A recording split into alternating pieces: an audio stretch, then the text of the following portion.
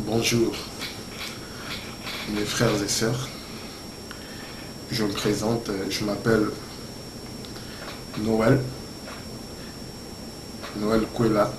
Je suis une des personnes qui croient en Jésus-Christ, qu'il a reçu dans son cœur. Et je viens aujourd'hui, au travers ces matériels, vous faire part d'un sujet important de la parole de Dieu comme tous les autres sujets. Le message que je j'aimerais bien partager avec vous, épuisé dans les livres d'Exode, au chapitre 25, des versets 1 à 9. Ce message, je l'ai intitulé « Les apports temporels ». Je vais d'abord vous lire les textes d'Exode et après, je vous expliquerai ce que veut dire apport temporel. Dans Exode 25, de 1 à 9, il est écrit ceci. L'Éternel parla à Moïse et dit, parle aux enfants d'Israël, qu'ils m'apportent une offrande. Vous la recevrez pour moi de tout homme qui la fera de bon cœur. Voici ce que vous recevrez d'eux en offrande, de l'or, de l'argent et de l'airain, des étoffes teintes en bleu, en pourpre, en cramoisi, du fin lin et du poil de chèvre, de peau de bélier teinte en rouge, de peau de dauphin et du bois d'acacia, de l'huile pour les chandeliers, des aromates pour l'huile d'onction et pour le parfum odoriférant, des pierres d'onyx et d'autres pierres pour la garniture de l'éphod et du pectoral. Ils me feront un sanctuaire et j'habiterai au milieu d'eux. Vous ferez les tabernacles et tous ces ustensiles d'après le modèle que je vais te montrer. Donc dans ce texte, Exode, c'est l'Éternel qui parle à Moïse. Il dit à Moïse ceci, parle aux enfants d'Israël. Donc, Moïse était un canal, un intermédiaire par lequel Dieu voulait parler à son peuple. Ici, Moïse jouait le rôle du prophète, le rôle d'un messager, qui n'apporte pas son propre message, mais qui apporte les messages qu'il a entendus de Dieu. Dieu dit à Moïse de parler au peuple et de dire ceci au peuple, qu'il m'apporte une offrande et vous la recevrez de tout homme qui la fera de bon cœur.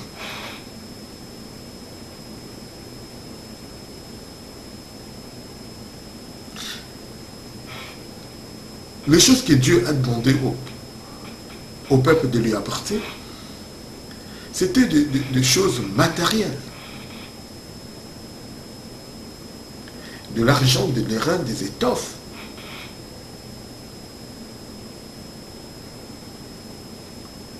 Pour la construction du sanctuaire, du tabernacle. C'est sur base de ce verset que j'ai intitulé ce message que j'aimerais bien partager avec vous, les apports temporels. Apport vient du verset, du verbe apporter. Du verbe apporter qui veut dire contribuer ou donner. Tandis que temporel, c'est tout ce qui a trait au bien matériel. Donc, il y a une différence entre le bien temporel et le bien spirituel. Pour bien toucher du doigt cette différence, je souhaiterais que vous lisiez dans 1 Corinthiens, chapitre 9, au verset 11. Paul écrit ceci. Si nous avons sémé parmi vous le bien spirituel, est-ce une grosse affaire si nous moissonnons vos biens temporels? Donc quand vous lisez ces versets de 1 Corinthiens 11, 9, 11, vous verrez qu'il y a une différence entre le bien spirituel et le bien temporel. Et je vais vous donner quelques exemples de biens spirituels. Le salut, par exemple, c'est un bien spirituel. La foi, la connaissance du mystère de Dieu, l'espérance, la bonté, l'humilité, la sanctification, la maîtrise de soi. Ça, ce sont des biens spirituels. Et d'ailleurs, la tempérance, par exemple, on parle du fruit de l'esprit. La connaissance aussi, c'est un fruit de l'esprit. L'espérance, c'est un fruit de l'esprit. Dieu lui-même, c'est un bien spirituel. Quand vous lisez dans le livre des psaumes 16 au verset 2, il est écrit ceci, c'est un psaume de David. J'ai dit à l'Éternel, tu es mon Seigneur, tu es mon souverain bien. David considère ici Dieu comme son bien le plus important. Donc, il y a des biens spirituels qui sont différents de biens temporels. Je vais vous donner exemple de biens temporels. Quelques exemples de biens temporels, par exemple, le produit de la terre, le mangue, de l'eau, parce que sont des biens temporels. Les produits de l'élevage, les produits du sous-sol, or, diamant, argent, toutes les matières premières, le revenu du travail, les salaires, les dividendes, si l'on est associé, les voitures, les maisons, les immeubles, ce sont des choses que Dieu donne à chacun selon sa mesure. Et ce sont de biens temporels, de biens matériels. Alors, dans ces messages, je ne parle pas des apports spirituels, mais je voudrais parler des apports temporels, les apports de biens matériels. Parce que les apports temporels font partie de vertus de la maison de Dieu. Les vertus de l'Église. Les vertus sont des choses qui font ou qui feront que moi et toi, c'est-à-dire nous, en tant qu'Église, nous serons forts et efficaces dans l'accomplissement de la volonté de Dieu. Il est important, mes frères, mes sœurs, de parler des vertus d'ordre spirituel, de parler de la foi, de parler de la sanctification, ce sont des vertus d'ordre spirituel, de parler de l'humilité, de parler de la tempérance, de parler de la bonté, c'est très important. Mais nous ne devons pas oublier les vertus d'ordre temporel. Car ce sont les vertus d'ordre temporel qui nous permettent de participer à la construction de l'édifice, à la construction de l'édifice, et qui nous permet de faire l'œuvre de l'assistance des saints. L'Église, en tant que bénéficiaire des avantages spirituels, sera efficace si elle sait apporter et utiliser le bien temporel pour accomplir les objectifs de Dieu, les objectifs spirituels.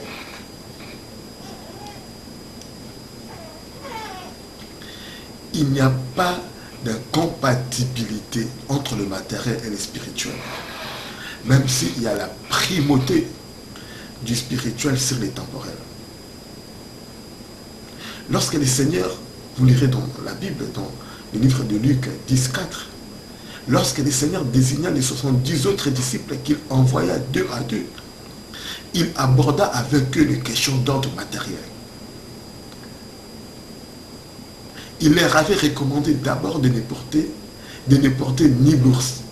Dans Luc 10,4, il dit ne porter ni bourse, ni sac, et ni souliers, et ne saluer personne en chemin.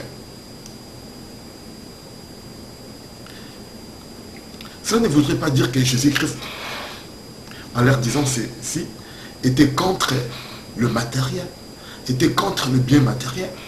Jésus ne voulait pas dire qu'en tant que mes serviteurs, en tant que mes disciples, en tant que mes missionnaires, allez faire l'œuvre, ne vous occupez pas du matériel. Jésus ne voulait pas dire cela. Jésus voulait tout simplement leur dire que le matériel, que le manger, que le boire vous seront apportés par les personnes qui vous recevront. Vous seront apportés par les personnes qui vont recevoir le message. D'ailleurs, quand vous lisez dans les versets qui suivent, Jésus dit, dans quelque maison que vous entriez, dites d'abord que la paix soit sur cette maison. Et si se trouve là un enfant de paix, votre Père reposera sur lui, sinon elle reviendra à vous. Demeurez dans cette maison, mangeons, buvons, ce qu'on vous donnera, car l'ouvrier mérite son salaire. N'allez pas de maison en maison. Pour dire tout simplement que Jésus-Christ n'a pas négligé les questions d'ordre matériel. Mais seulement pour cette fois-là, il voulait qu'ils aillent, qu'ils lui fassent entièrement confiance. Et qu'ils sachent qu'ils ne manqueront de rien. Mais lorsqu'il leur envoya pour la deuxième fois, il leur dit ceci, quand vous lisez cela dans Luc 22, 35, il leur dit encore, quand je vous ai envoyé sans bourse, sans sac et sans souliers, avez-vous manqué de quelque chose? Ça, c'était la question que Jésus-Christ leur a posée.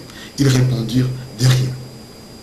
Alors, au verset 36, Luc 22, 36, il leur dit maintenant, au contraire, que celui qui a une bourse la prenne, que celui qui a un sac la prenne également, que celui qui n'a point d'épée vende son vêtement et achète une épée.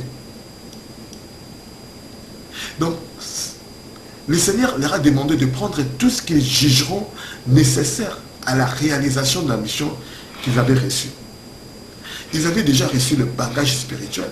Ils devaient emporter avec eux le temporel, le bien temporel.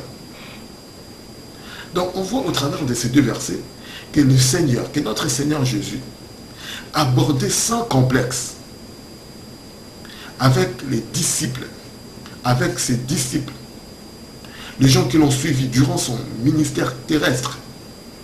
Il abordait avec eux sans complexe le problème d'ordre matériel.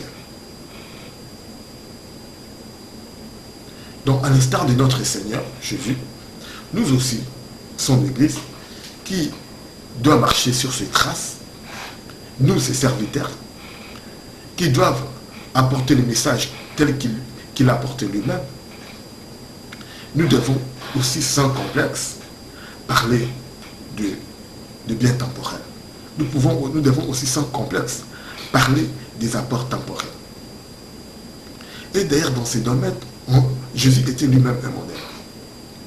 Quand vous lisez dans Jean 13, 29, durant son ministère terrestre, Jésus n'a pas négligé les problèmes d'ordre matériel. Et la Bible dit que Judas Iscariote, celui qui l'a vendu, était un trésorier dans le ministère de Jésus-Christ. C'est lui qui tenait la bourse. Donc dans son ministère, Jésus a associé le temporel au spirituel.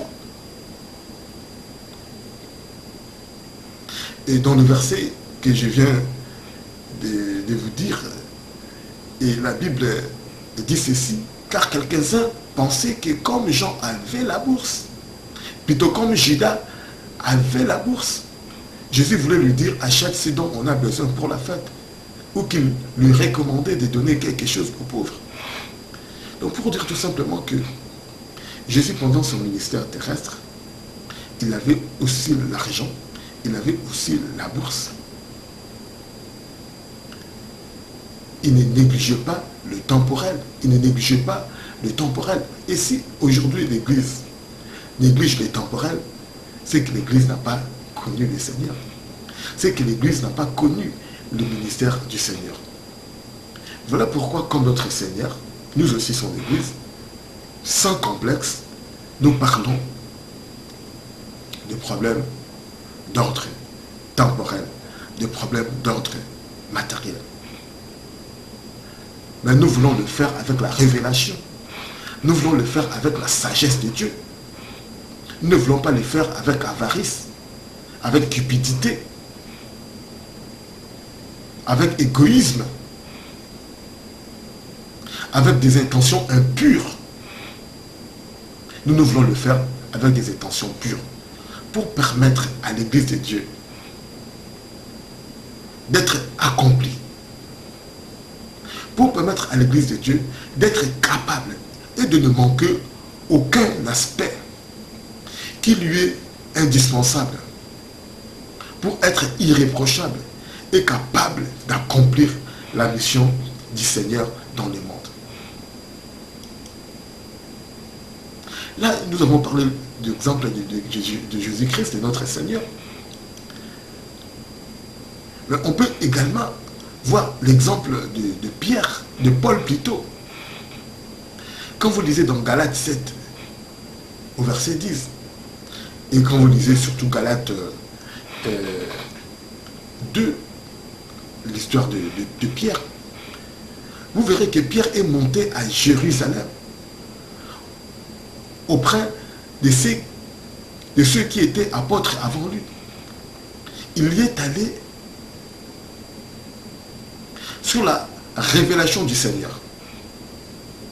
Et là, devant les apôtres, il a exposé l'évangile qu'il avait reçu par la révélation. Les apôtres ont reconnu que sa doctrine était parfaite. Il n'y avait rien à redire. Mais Paul rend témoignage. Il dit, ils nous recommandèrent seulement de nous souvenir des pauvres. C'est-à-dire que sur le plan spirituel, sur le plan de la révélation du message, ils ont reconnu, quand Paul lui-même a écrit, voyant que l'évangile m'avait été confié pour les incirconcis, comme à Pierre pour les circoncis. Donc ils avaient reconnu que Paul avait rencontré leur Seigneur. Paul avait rencontré leur maître et que le message que Paul prêchait venait réellement de leur maître. Sur ce plan-là spirituel, sur le plan de la révélation, il n'y avait rien à redire. Ils n'ont même pas donné des recommandations à Pierre sur ce point-là, à Paul, sur le plan de la révélation. Mais ils lui ont donné une révélation. Parce qu'ils ne voulaient pas négliger l'aspect matériel. Ils ne voulaient pas négliger l'aspect temporel. Ils lui ont dit, c'est-à-dire Paul était avec Barnabas. Ils ont recommandé, les apôtres de Jérusalem, ils ont recommandé à Paul et à Barnabas de se souvenir de pauvres.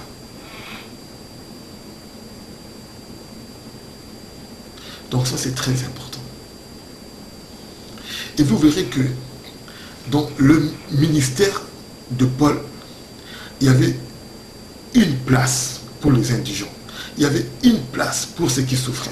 Il y avait une place pour le pauvre. Et quand vous lisez la Bible, vous savez que Paul était au centre de l'organisation de la collecte en faveur des saints de Jérusalem frappés par la famine. Donc pour la réalisation des biens spirituels, le Seigneur a besoin de ma vie, de ma connaissance des mystères du royaume, de ma sanctification, de mes efforts pour conserver l'unité par le lien de la charité et de la paix, de ma persévérance dans la prière, de mon humilité, de ma bonté, de ma sagesse, mais également de mes apports temporels.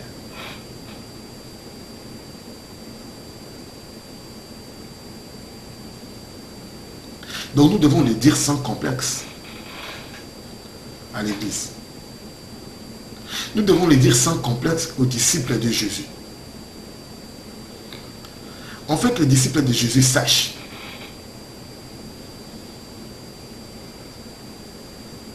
que les apports temporels sont indispensables à la réalisation de la mission de l'Église, à la réalisation des objectifs spirituels de l'Église. Il y a eu tellement d'abus que parler de bien temporel devient un tabou. Car des hommes ont utilisé des versets bibliques mal compris et des fois malhonnêtement enseignés pour exploiter, voire dépouiller les hommes. Les apports temporels sont détournés. Ils ont été mis et sont mis encore entre le maître d'une personne ou de son entourage au mépris des exigences de Dieu. Il est de notre devoir de préciser ces choses sur base de la révélation de la parole. C'est vrai qu'il y a des gens qui dénoncent ces choses. Leurs intentions sont bonnes. Mais deux fois, leur message contient de lacunes. Car les choses sont mal enseignées.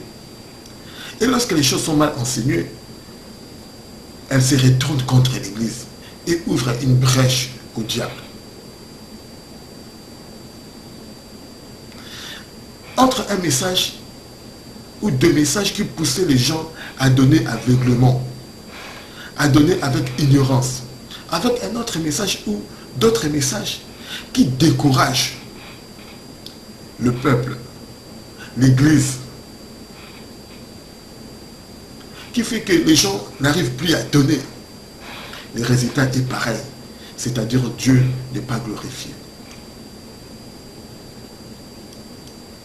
Car il ne suffit pas de dénoncer. Mais encore faut-il éclairer. Nous devons nous souvenir de la mission de Jérémie. Dans Jérémie 1 au verset 10. Qu'est-ce que Dieu dit à Jérémie? Il lui dit ceci: regarde, je t'établis aujourd'hui sur les nations et sur les royaumes pour que tu arraches et que tu abattes, pour que tu ruines et que tu détruises, pour que tu bâtisses et que tu plantes. Il ne s'agissait pas seulement de détruire, mais encore de bâtir et de bien bâtir. Nous voulons dénoncer et bâtir selon la révélation. Car la Bible nous dit que la révélation de la parole est claire et donne de l'intelligence au simple. Quand quelqu'un a reçu la révélation, il devient intelligent. Et cette intelligence lui donne le pouvoir de faire, la capacité de faire selon les désirs de Dieu.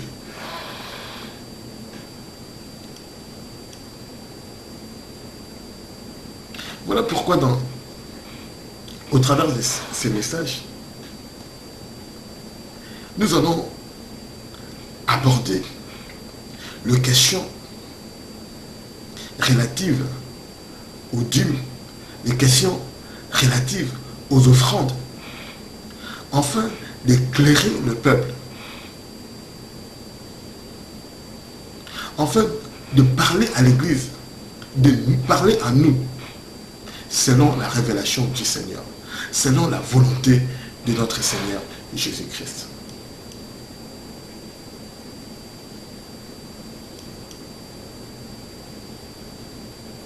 Et dans le verset que nous avons lu,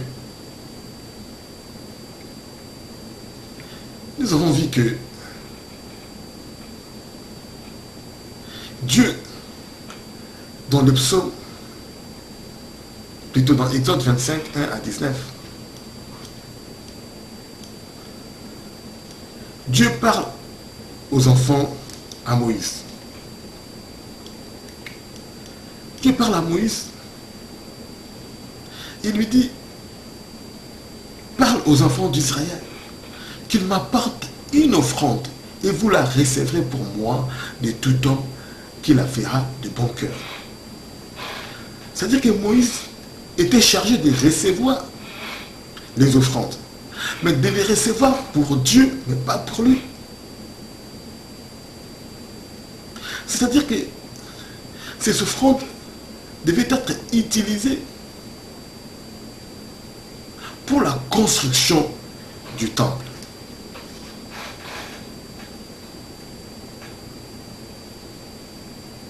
Et c'est très important. L'Église de Dieu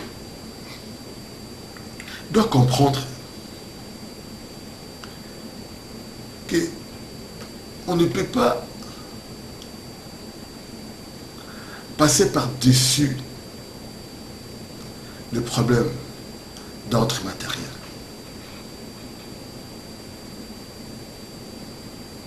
Il est bien de parler important de parler des vertus d'ordre spirituel, des problèmes des vertus d'ordre spirituel, de la foi, de la tempérance et de toutes ces choses, c'est très important. Mais nous ne devons pas oublier les vertus d'ordre temporel. Car c'est les vertus d'ordre temporel qui permet à l'Église, qui permet aux chrétiens, qui permet aux disciples de Jésus de participer à la construction de l'édifice et de faire l'œuvre de l'assistance des saints. Ça, c'est très important. Voilà pourquoi nous voulons parler de la participation à la construction de l'édifice. Dans Exode 25, de 1 à 19, on voit que l'Éternel demande au peuple d'Israël, il leur demande de lui apporter des offrandes, de lui apporter de l'argent, de lui apporter de l'or, de lui apporter de l'airain, de lui apporter des peaux de bélier teintes en rouge, des peaux de dauphin, des bois d'acacia, de l'huile pour les chandeliers, des aromates pour l'huile d'onction et pour le parfum odoriférant. Il dit, pour la construction, ils me feront un sanctuaire et j'habiterai au milieu d'eux. La construction du tabernacle était une réalisation à but spirituel, car ça devait permettre à Dieu d'habiter au milieu de son peuple et au peuple de s'approcher de lui pour obtenir son pardon, de lui rendre grâce par ses offrandes, etc., etc. Mais pour réaliser cette œuvre, Dieu a fait appel à des offrandes volontaires de son peuple. C'est-à-dire que les temporels devaient être mis au service du spirituel. Le recours à Dieu, à du bien temporel de son peuple, n'était pas une mendicité divine. Car c'est Dieu qui a permis à ce peuple d'accéder à du bien temporel, d'accéder à des richesses. Quand Dieu vous permet d'accéder à des richesses, il peut aussi compter sur vous pour l'accomplissement de ses objectifs spirituels. Il peut vous demander également, vous dire, je vous ai donné, je vous ai permis d'accéder à des richesses, mais sachez aussi mettre une partie de cette richesse, de cette matériel, de ce bien temporel à la réalisation de mes objectifs spirituels, de mes objectifs pour le monde. Souvenez-vous que Dieu a touché le cœur des Égyptiens pour que le peuple ne sorte pas à vide. Quand vous lisez dans Genèse, parce que quand Dieu dit à Moïse de dire au peuple de lui apporter une offrande, ils étaient encore dans le désert. Vous savez, le désert était un endroit, quand on parle du désert, c'est un environnement de la souffrance, un environnement de manque. Mais ils étaient dans le désert, Dieu a demandé. Et Dieu n'avait pas demandé pour rien. Dieu avait demandé parce que Dieu savait qu'il avait donné à ce peuple. Quand vous lisez dans Genèse 15, 14, Dieu avait dit ceci à Abraham. Mais je jugerai la nation à laquelle ils seront asservis. Et ils sortiront ensuite avec de grandes richesses. Dans Exode 11, 2, l'Éternel dit à Moïse, parle au peuple pour que chacun demande à son voisin et que chacun et chacune à sa voisine des vases d'argent et des vases d'or. Dans Exode 12, 35, les enfants d'Israël firent ce que Moïse avait dit. Ils demandèrent aux Égyptiens des vases d'argent, des vases d'or et des vêtements. Dieu a demandé à son peuple des choses qu'il avait à sa disposition et non ce qu'il n'avait pas. C'est-à-dire que dans les choses que Dieu nous a données, dans des choses auxquelles Dieu nous a permis d'accéder, il y a une partie pour Dieu. Il y a une partie que nous devons, nous sommes invités, pas nous devons, mais nous sommes invités parce qu'il a dit une offrande volontaire, appelée. Israël était appelé dans la part de ce qu'il avait reçu de Dieu à le mettre au service de la construction du tabernacle, de la construction d'un édifice qui devait servir à des buts spirituels. On peut dire qu'il s'agissait de construire un temple matériel. Parce que le tabernacle était quelque chose un temple, quelque chose de palpable. Un édifice qu'on pouvait toucher, qu'on pouvait palper.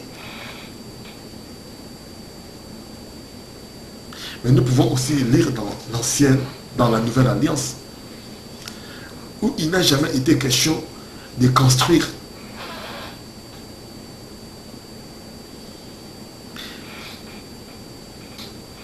une maison matérielle. Même si aujourd'hui nous pouvons aussi construire des églises de maisons, des églises comme bâtiments, nous pouvons construire des édifices pour recevoir le peuple de Dieu, pour créer un environnement où le peuple peut écouter la parole de Dieu. Mais nos édifices aujourd'hui n'ont pas la même fonction que les tabernacles ou les temples dans l'ancienne alliance. Mais voilà ce que Paul dit dans 2 Corinthiens 11, 8. Il dit, j'ai dépouillé d'autres églises en recevant d'elles un salaire pour vous servir.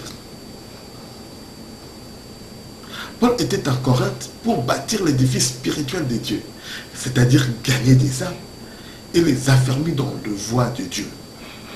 Paul avait besoin que les églises lui apportent un salaire, le moyen de faire la mission.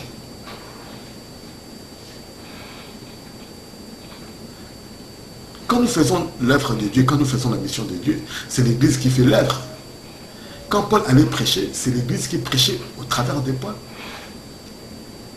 Parce que la mission a été donnée à l'église. Et les membres qui sont à l'église accomplissent la mission que Dieu a donnée à l'église. C'est-à-dire que quand Paul faisait son ministère, il avait dans sa bourse toutes les prières des saints. Parce que les prières des saints accompagnent l'action des serviteurs de Dieu. Mais il n'y avait pas dans sa bourse que les prières des saints, mais aussi l'argent des saints. l'argent de l'Église. Parce que des fois, les défauts des apports temporels, les défauts de biens matériels, peut constituer un obstacle à la réalisation de buts spirituels.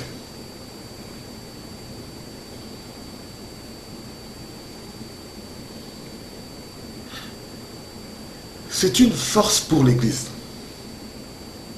Si celle-ci a cette conscience qu'elle est appelée à apporter de biens temporels à Dieu, à l'Église, pour l'accomplissement de la mission que le Seigneur nous a donnée, que le Seigneur a donnée à son Église. Nous voulons que l'Église sache tout simplement que nous pouvons aborder les problèmes de matériel sans complexe. Il y a bien sûr la primauté du spirituel sur les temporels. Mais nous ne devons pas négliger les temporels. Malgré la primauté du spirituel sur les temporels, nous ne devons pas négliger les temporels. Si nous négligeons les temporels, c'est que nous n'avons pas compris. Parce que Jésus-Christ lui-même n'a pas négligé les temporels.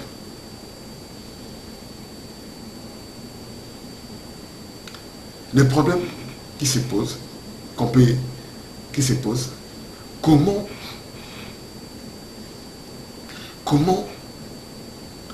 nous devons participer, comment l'Église peut participer? Quelle est la forme de sa participation?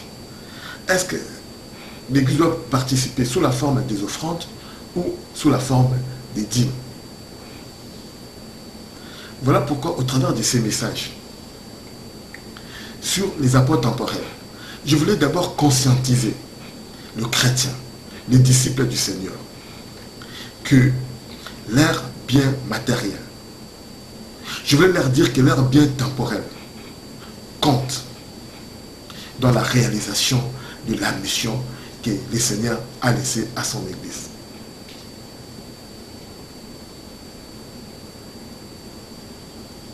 Et je voulais aussi que le peuple de Dieu sache comment, sous quelle forme, quelle est la forme qui doit revêtir leur participation. Voilà, sur ce point-là, je vais aborder la question de la dîme et la question des offrandes.